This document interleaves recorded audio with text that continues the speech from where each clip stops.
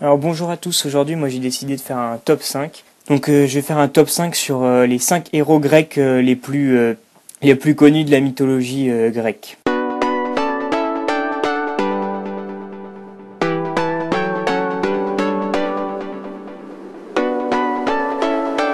Alors en 5 on a Jason, c'est un héros grec qui est connu parce qu'il a beaucoup voyagé, donc notamment avec l'expédition avec les Argonautes où il doit aller trouver la toison d'or, et là ça va être toute une péripétie, notamment déjà lorsqu'il va traverser la mer, et puis même une fois arrivé sur le continent, il va devoir déjà convaincre le roi, ou du moins essayer de prendre la toison d'or. Le roi va accepter à une seule condition, c'est que Jason réussisse à accomplir un défi qui était pour le roi impossible.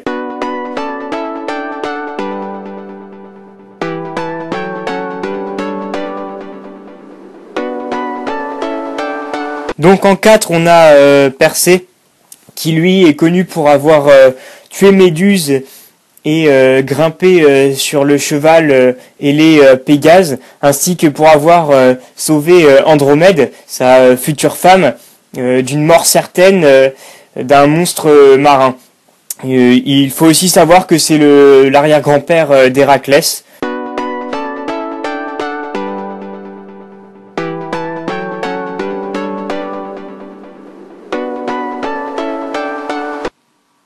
Donc en 3, on a Thésée, qui lui est connu pour être le fils de Égée et pour avoir tué le Minotaure qui appartenait à Minos, ainsi que pour avoir ramené Ariane et Phèdre à Athènes, sauf que Ariane il ne l'a pas ramené à Athènes, mais que jusqu'à Naxos, puisqu'il l'a laissé sur Naxos sur l'ordre d'Athéna afin de satisfaire la requête de Dionysos.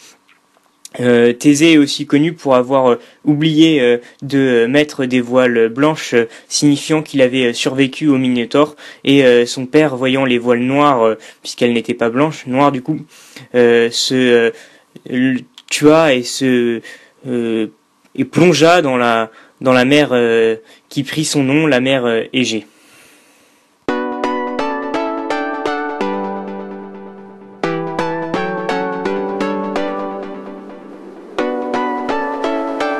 Alors en 2, on a Ulysse, qui est connu pour être un des héros principaux de l'Iliade, et le héros principal de l'Odyssée. L'Odyssée qui raconte tout son parcours, toutes ses péripéties au travers de la mer Méditerranée, et l'Iliade qui raconte la prise de Troie par les Grecs, notamment les Athéniens, les Spartiates et toute la peuplade grecque en fait.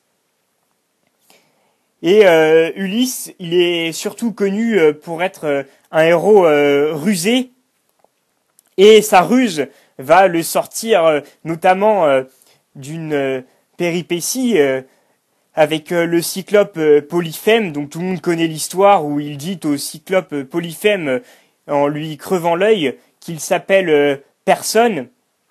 Et donc, quand les autres cyclopes vont demander à Polyphème qui c'est qui t'a crevé l'œil, le cyclope Polyphème répondra Personne, ce qui est bien entendu très drôle, puisque on peut prendre le mot personne au sens personne n'a percé son œil, et non pas une personne aurait percé son œil. Il est aussi connu pour être rentré sur son île, sur sa ville natale, Ithaque, et avoir éliminé tous les prétendants en se faisant passer pour un vieillard complètement inutile et complètement affaibli. Et il est le seul à avoir réussi à tendre l'arc, puisque c'était le sien. Et sa femme Pélénope lui posa donc une question. Et si on déplaçait notre lit? Bien sûr, Ulysse répondit que non, on ne pouvait pas, puisque il se rappelait très bien avoir construit son lit dans un arbre, et donc l'impossibilité de déplacer son lit À ces mots, Pénélope reconnut donc que c'était bien Ulysse. Donc Ulysse est connu pour ses nombreuses péripéties et sa ruse.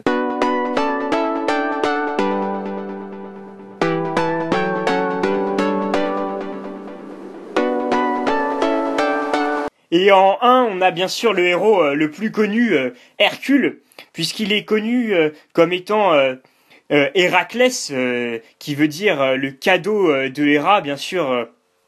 Cadeau est un mot un peu osé, puisque il n'était pas le bienvenu pour Héra, puisque étant un enfant de Zeus, mais pas avec Héra, il fut tout de suite pris du courroux de Héra, et cette dernière le frappa de folie à de nombreuses reprises.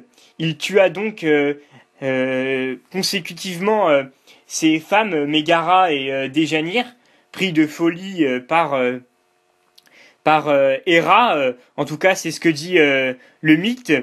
D'autres disent qu'il les tua sur un coup de tête. En tout cas, il est connu pour avoir effectué 12 travaux demandés par son cousin ou cousin éloigné, en tout cas 12 travaux qu'il dut effectuer à la suite du meurtre de sa femme, tout simplement. Ce meurtre, dans la mythologie, il n'est pas clair s'il a été effectué parce que tout le monde le disait fou, ou est-ce que Héra, l'ayant frappé de folie, il ne sut plus voir si c'était sa femme ou une autre. En tout cas, il tua sa femme et ses enfants. Il dut se faire pardonner auprès du roi Eurysthée et dut accomplir à la base 10 travaux, mais puisque 2 d'entre eux ne furent pas reconnus par Eurysthée, il dut en effectuer en total 12. Donc je vous les cite dans l'ordre. En 1, on a le lion de Némée qui a été tué. Il prit au nom de Némée sa peau qui était dure et en fit une cape, une armure qui lui servira à de nombreuses reprises par la suite. En 2, il tua l'hydre de Lerne.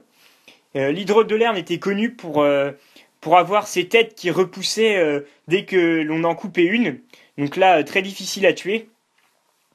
Il dut mettre le feu aux têtes coupées afin qu'elles ne repoussent pas. En 3, il dut chasser les oiseaux du lac Stymphale, oiseaux pour être réputés mangeurs d'hommes et très carnivores. Cette mission, il l'accomplit grâce à Athéna. En 4, il tua le taureau de Crète. En 5, la biche de Cérine, qui était très rapide et imprenable à la course, cependant il réussit.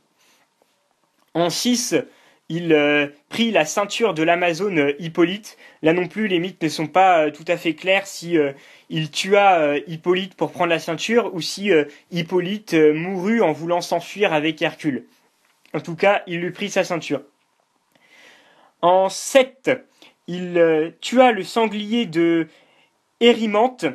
En 8, il dut ramener les chevaux, en tout cas quelques chevaux de Diomède qui étaient réputés mangeurs de chair humaine. En fait, Diomède leur donnait de la chair humaine à manger et Hercule leur donna Diomède à manger.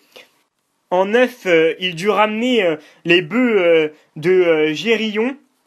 En 10, il dut ramener les pommes du jardin des Hespérides gardées par le dragon Ladon. Et du coup, il prit la place d'Atlas afin qu'Atlas ramène les pommes des Hespérides, les pommes d'or. Il prit la place d'Atlas en soulevant les cieux et il dut, par une ruse, il fit reprendre la place à Atlas. Atlas reprit la place qui lui était donnée de porter les cieux. En 11, il dut il dut amener sur terre le chien Cerbère qui gardait le monde souterrain, chien à 3 têtes. Et en 12, il dut nettoyer les écuries d'Augias. Pour cela, il détourna un fleuve afin de le nettoyer.